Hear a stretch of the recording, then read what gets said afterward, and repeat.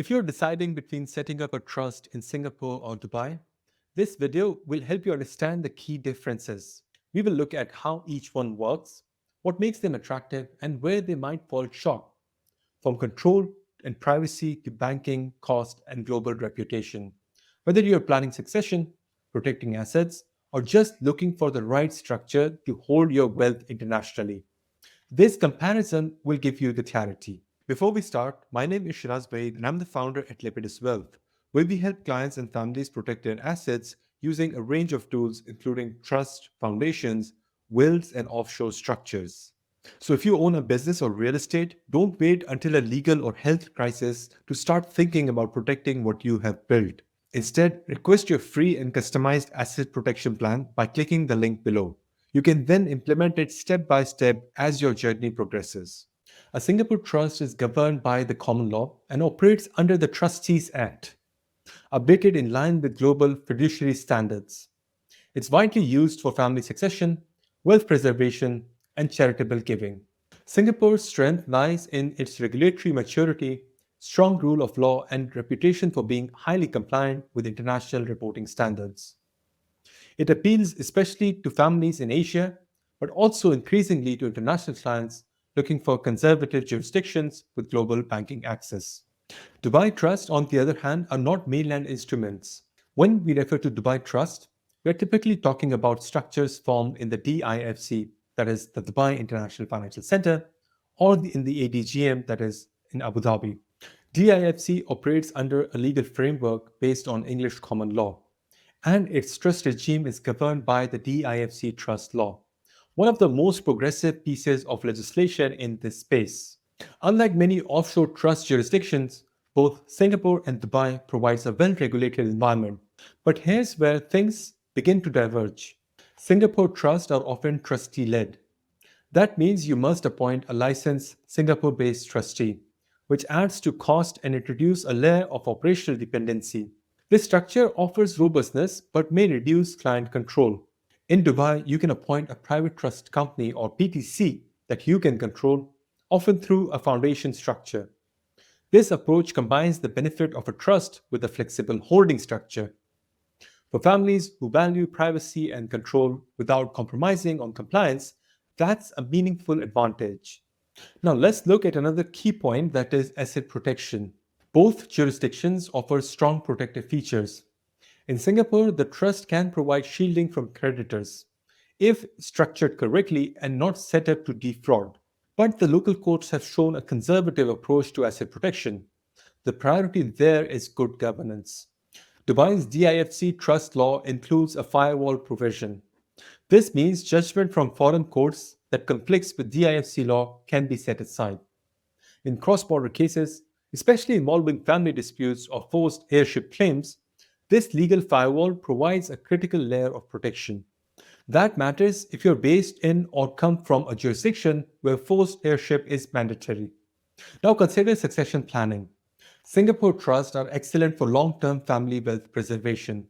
You can build complex structures with detailed distribution clauses, age-based provisions, and include protected roles to supervise the trustees. But again, you're relying on the trustee to execute faithfully.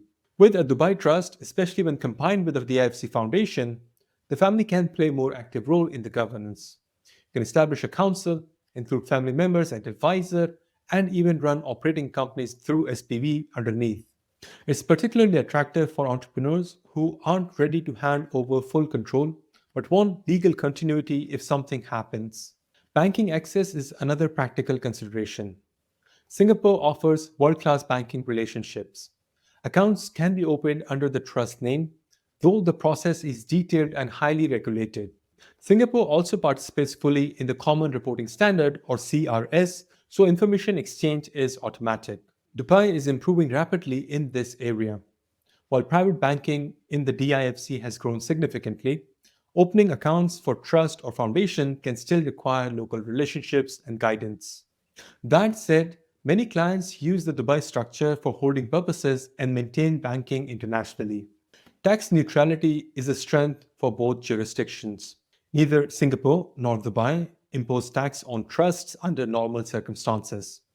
But Singapore has strict guidelines, and sometimes exemptions must be applied for.